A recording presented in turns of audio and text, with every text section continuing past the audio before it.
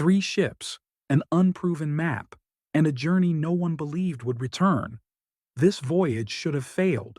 In 1492, a sailor bet his life on a theory most experts rejected. What followed was not a heroic march into history, but a slow descent into fear, doubt, and near mutiny on an endless ocean. This is the voyage that should have ended in disaster. Christopher Columbus did not convince Spain with certainty. He convinced it with persistence.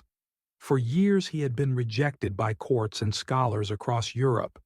His proposal was simple and terrifying: sail west to reach Asia. The problem was math. Most educated men knew the Earth was far larger than Columbus claimed. If Columbus was wrong, there would be no land, only ocean, starvation, and death. Ships did not disappear at the horizon, but they did disappear forever when supplies ran out. Spain finally agreed, not because the idea was sound, but because the risk was acceptable. If Columbus failed, little was lost.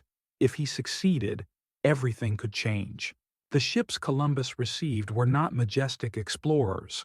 They were small, fragile vessels designed for coastal trade, not open ocean. The Niña, Pinta, and Santa Maria creaked under pressure before they even left port. The crews were not volunteers driven by curiosity. Many were desperate men, sailors escaping debt, punishment, or poverty. They did not sign up to sail into nothing. On August 3, 1492, the ships left Spain. Behind them was safety. Ahead of them was emptiness. Days passed, then weeks. The Atlantic did not behave as expected. Winds carried the ships farther west than anyone had ever sailed. The sea changed color. Strange plants floated by. Birds appeared, then vanished again. Every sign offered hope, then took it away. The compass began to drift. Sailors believed the stars had shifted. They whispered that the natural order was breaking.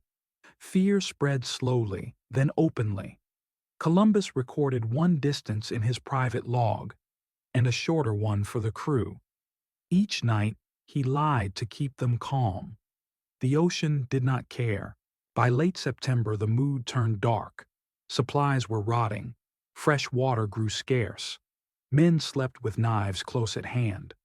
The crew demanded answers. Some begged to turn back. Others spoke of throwing Columbus into the sea and claiming he had been lost. The ocean would hide the truth. Columbus stood alone on the deck, watching the horizon, knowing his calculations were wrong. He had promised land. He had no proof it existed. By early October, the crew reached the edge of obedience. According to later accounts, Columbus was given an ultimatum: 3 days. If no land appeared, they would turn back, or worse. Columbus agreed. He had no choice. Each night, false alarms rang out. Each morning, disappointment returned. The ocean remained endless. On the night of October 11th, Columbus saw distant lights. He said nothing. Hours later, a sailor named Rodrigo de Triana shouted from the mast, "Land." At dawn, the ships reached an island in the Bahamas. The crew wept. Some prayed. Others collapsed where they stood. They had survived. But Columbus had not reached Asia. He did not know where he was. He did not know what he had found. He only knew that his gamble had not ended in death. History would later name this moment discovery. The men who lived it knew it as escape. The voyage returned to Spain in triumph. Columbus was celebrated. Maps were redrawn.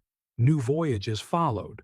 But this single journey reshaped history beyond intention. Empires expanded. Cultures collided. Entire continents were pulled into a global system that would never retreat. None of it was planned. It began with fear, miscalculation, and a voyage that should have failed. Columbus did not find what he promised. He found something far larger. His voyage reshaped maps, empires, and the future of 2 worlds. But make no mistake, This journey was not destiny. It was a gamble, and it almost failed. Subscribe to History. Scribe for more stories about the moments when history balanced on the edge and didn't fall.